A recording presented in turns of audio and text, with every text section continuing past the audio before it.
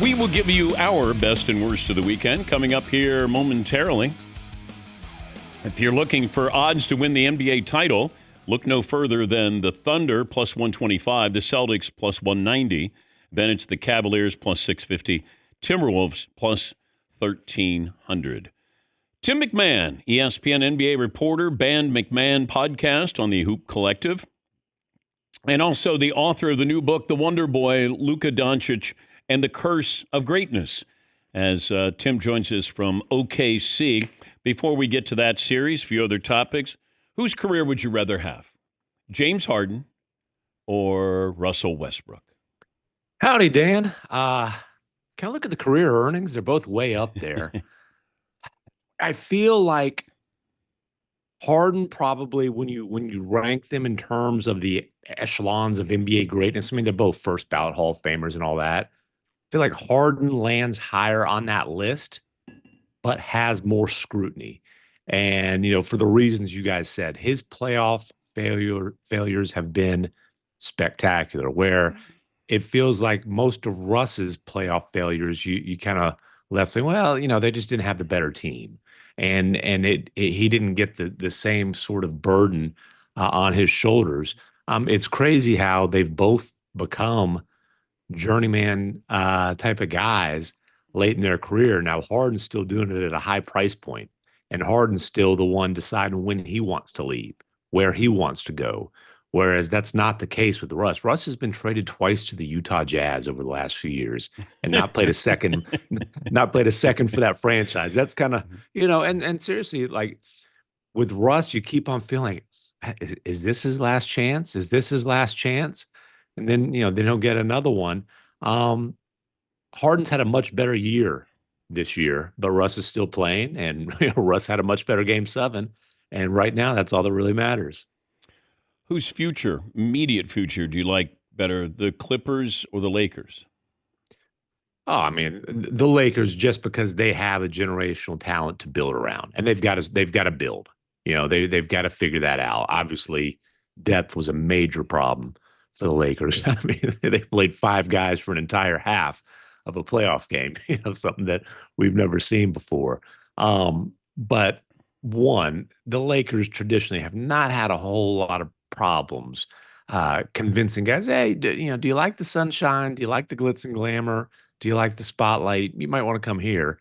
And Luka's not somebody who everybody maybe will want to play with, but they've got the other guys who are going to have the ball in their hands. They need to fill out with the role players like the Mavericks did, the year before they went to the finals. And, the primary thing they need is that lob catching, rim protecting big man. And those type of guys will absolutely be lining up to try to play with Luka in L.A.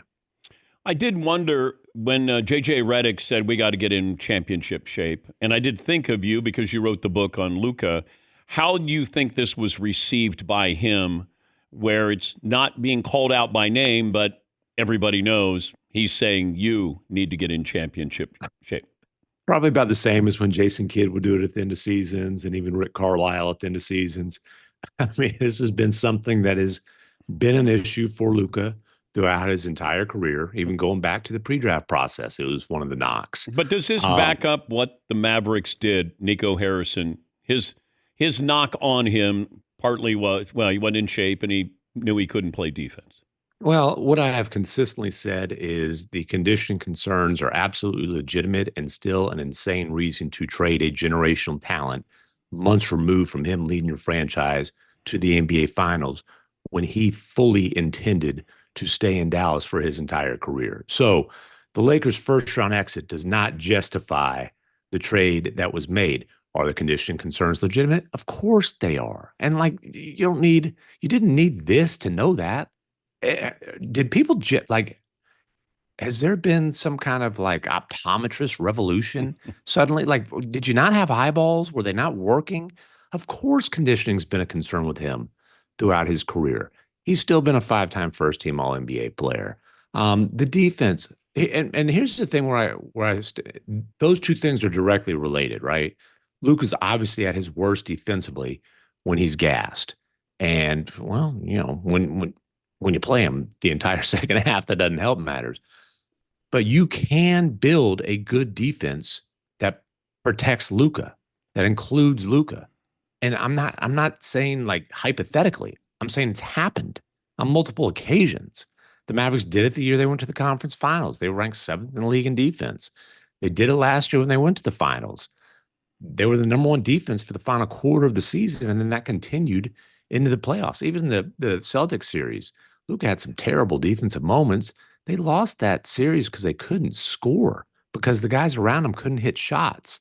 And and his defensive issues didn't help. But I'm saying, so yeah, the flaws are the flaws. But no, it doesn't justify the trade. And I absolutely, like the Lakers are ecstatic to be able to have the opportunity to try to build around this dude for the next decade. But And they've got a lot of work to do in that regard. can you see a scenario where Luka doesn't stay in LA? I mean, sure, I could come up with scenarios. I would be shocked if there's not some sort of extension this summer. Okay.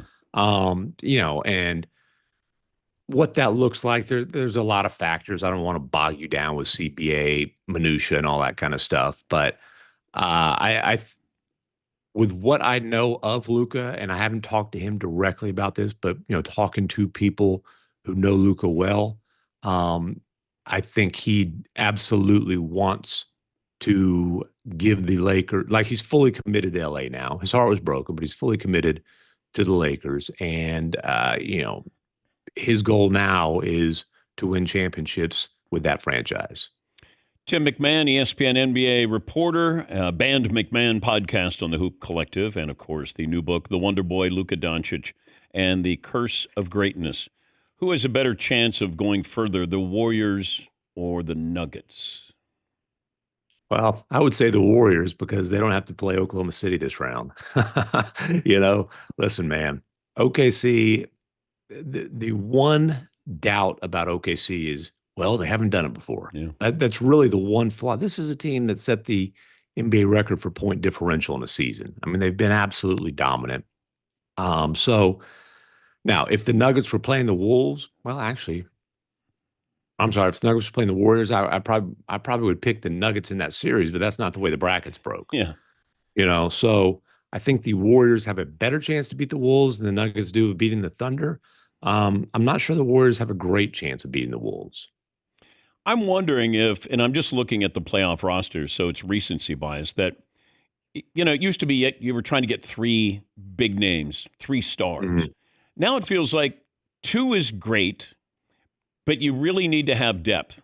Cleveland, Indiana, OKC, Boston. Like they have, two really good players or one great player, and then you have depth there. Is that kind of the model now moving forward that OKC is put in front of us? Well, yeah, and I just think that to have a big three, especially if they're three max guys, it's going to be tough to build your roster out from there with all the handcuffs that are in the new CBA. And, the Suns are kind of an extreme example of, well, they had their big three and just there wasn't a whole lot around that. Plus, those three guys didn't necessarily fit very well together. And really, it was a big two and then a huge third salary. But yeah, depth matters and role players matter. There's only one basketball, right? So you're not going to have three guys scoring 30 a game. But you do, it's still a superstars league, just to be clear. Like the Houston Rockets are deep, they're athletic, they're tough, they're relentless. They don't have a superstar. If they get a superstar, which, will be an interesting summer, the Houston Rockets have a chance to be right in the thick of things as soon as next season. But if you don't have, and like the Thunder have one superstar, two all-star caliber guys, I would say. And by the way, we could argue if that Shea, Jalen Williams, Chet Holmgren thing will be a big three soon. But then they play 10 guys by the first second of the second quarter every game. And it's like a tough decision. Well, which good player is not going to get in there? We got like 12 or 13 guys who are rotation caliber dudes. That matters. Can the Knicks beat the Celtics? I mean, can I guess it's hard for me to kind of figure out the pathway. Uh, the Celtics have a clean injury report now, which is huge. Obviously, with Drew Holiday missing time last series, and Jaylen Brown's been banged up. Porzingis, the Knicks need Jalen Brunson to be an absolute superhero, and he's dealing with Drew Holiday and Derek White and a little bit of Jaylen Brown, and then Porzingis and Horford in the paint. I don't know. Maybe Karl Anthony Towns has a series of his life, but this would be a massive upset. Karl Anthony Towns, you mean the greatest shooting big man of all time? Spigs Bemo, self-proclaimed greatest shooting big man of all time. Who is the greatest shooting big man of all time? I mean, I'm based in Dallas. There's a German 7-foot fella by the name of Dirk Nowitzki who probably would stake claim to that title. I mean, I guess you could tell me, well, he was a power forward, not a big man, but that's the guy who revolutionized the league as a 7-footer who was bombing away, and that's the dude who's 6 all time on the scoring list. I'm going to give him the nod. Best shooting center of all time. Yeah, Cat has a claim there. He has a real claim there. Now, the knock there would be, yeah, but he's had his most playoff success when they had to pair him with another big man because he's not a defensive anchor. Then again, nobody ever accused Dirk of being a defensive anchor either.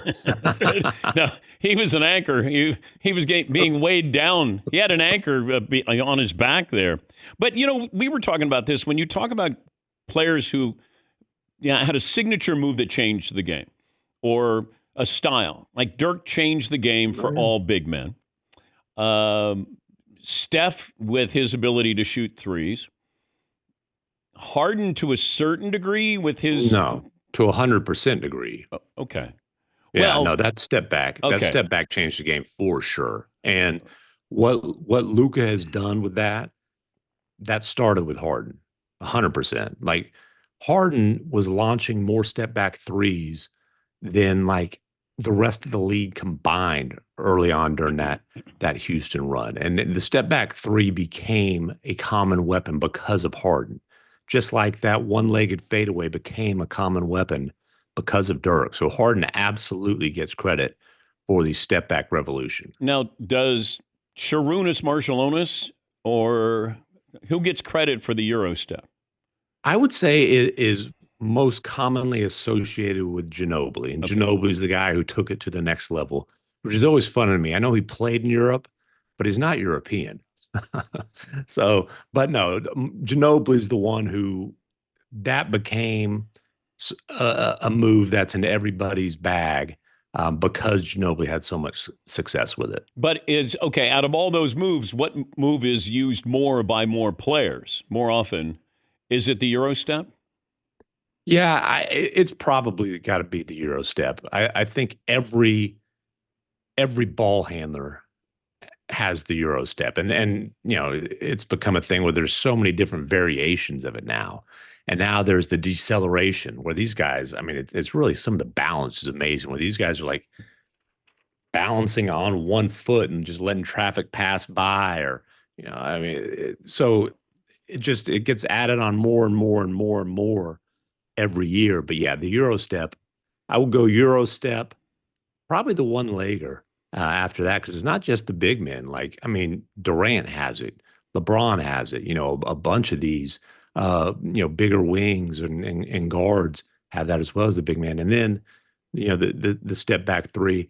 And I would say you could argue the step back three is maybe the most abused move of those, because there are definitely people who are taking step back threes. You're like, maybe we should just move the ball there.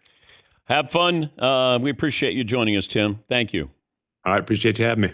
Tim MacMahon. He is a reporter for the Mothership Ban McMahon podcast on the Hoop Collective, and his book on Luka, The Wonder Boy. It's available wherever you get your books. When we come back, we will give you our best and worst of the weekend.